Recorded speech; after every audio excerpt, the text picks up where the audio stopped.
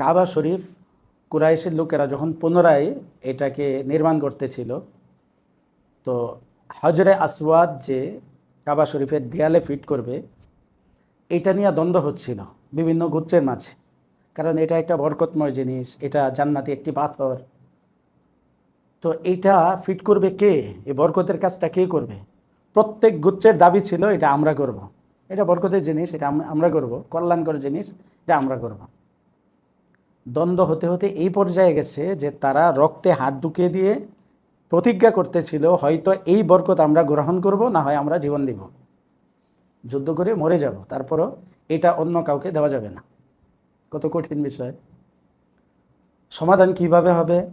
কিছু মুরব্বীরা চিন্তা করলেন যে আসলে এটা আমরা বসে পরামর্শের মাধ্যমে একটা সমঝোতা করে নিই, না হয় এটার জন্য আমরা রক্তপাত ঘটাবো, যুদ্ধ করব, এটা তো হয় না। এই জন্য তারা মুরব্বীরা বসে পরামর্শ করলেন যে এই কাজটা সকলে মিলে কিভাবে করা যায়। এই জন্য এরা একটা পরামর্শ করে নির্ধারিত করলেন যে আগামীকাল সকালে এই কাবার দরজা দিয়ে সর্বপ্রথম যে ব্যক্তি প্রবেশ করবে সে এটার ফয়সালা করবে। হয়তো সে নিজে ফিট করবে অথবা অন্য কাউকে দিয়ে ফিট করাবে, এটা আমরা মানে নেব। সবাই বললে হ্যাঁ এটা ঠিক আছে।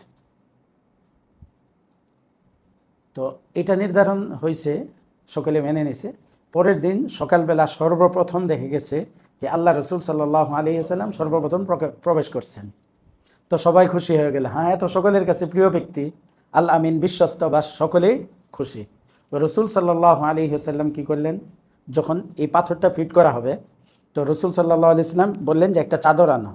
চাদর আনার পর রসুল সাল্লাল্লাহু আলাইহি ওয়াসাল্লাম সেই পাথরটা চাদরে রেখে বললেন যে প্রত্যেক গোত্রের নেতৃস্থানীয় যারা, তারা এটা চতুর্দিকে ধরে ওঠাও। সকলে মিলে উঠাইছে, আল্লাহ রসুল হাত দিয়ে এটা ফিট করে দিলেন। সবাই খুশি হয়ে গেল যে সবাই তো বরকত পাইল, আর সমবন্টন হয়ে গেল, সকলেই কি এটাতে খুশি। তাহলে রসুলের প্রতি তাদের ভক্তিটা আরও বেড়ে গেল যে আমাদের সকলকে এটাতে সে সামিল করেছে। রসুল একা হতে পারতেন এটা করতে, তো এতটুকু বিশ্বস্ততা রসুলের প্রতি তাদের ছিল না। এটা তো আমরা জানি যে আল আমিন উপাধি তারা দিয়েছে। যখন নবুয়ত নাজিল হয়েছে, নবুয়ত আসার পর রসুল সাল্লাল্লাহু আলাইহি ওয়াসাল্লাম যখন ইসলামের কথা, একত্ববাদের কথা, তাওহীদের কথা বলা শুরু করলেন, তখন থেকেই তারা শত্রুতে পরিণত হয়েছে।